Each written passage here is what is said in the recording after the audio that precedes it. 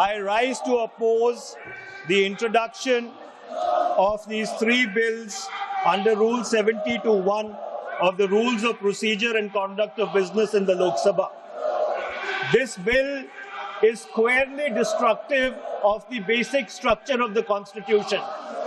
अध्यक्ष महोदय, भारत का संविधान का जो मूलभूत ढांचा है वो ये कहता है कि कानून का राज होना चाहिए. There should be rule of law. और उस rule of law, कानून के राज की बुनियाद है कि आप बेगुनाह हैं जब तक आपका गुनाह साबित नहीं किया जाता. You are innocent until proven guilty. This bill stands that fundamental maxim of jurisprudence on its head. It makes an investigating officer the boss of the Prime Minister of India. The second ground on which I oppose this bill, it violates Article 21, the due process clause. FIR, arrest, charge sheet, and even framing of charge does not in any manner substantiate guilt. In fact, you plead not guilty only after charges are framed against you. This bill turns the fundamental jurisprudence of Article 21 on its head. Number 3, it distorts parliamentary democracy, which is again basic structure, by displacing will of the people through mere custody, bereft of judicial determination. अध्यक्ष जी, ये बहुत ही संवेदनशील विधेयक है. मेरे 2 बिंदु और हैं, मुझे कृपया.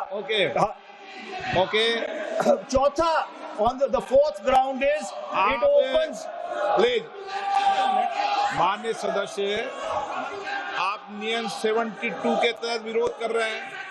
अध्यक्ष जी बिल्कुल. जब कभी बिल आपका सदन में आए, जब आप डिटेल में चर्चा करते हैं. अध्यक्ष जी, अभी नियम 72 के विरोध के बाद सारांश बोलने की परमिशन दिए. जो रूल 72 है वो 2 चीज कहता है.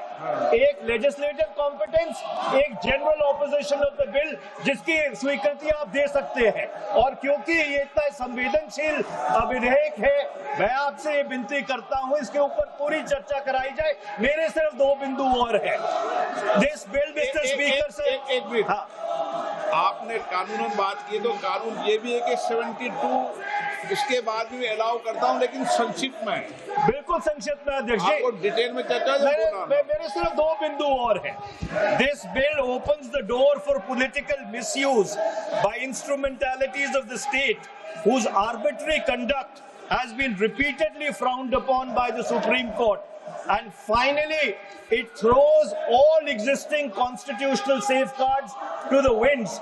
Collective responsibility, judicial review, no confidence motion, and disqualification and conviction. And this makes this amendment excessive, unnecessary, and unconstitutional. इसलिए मैं इन तीनों विधेयकों का पुरजोर विरोध करता हूं और गृह मंत्री से मैं ये आग्रह करना चाहता हूं कि ये तीनों विधेयकों को वापस लिया जाए.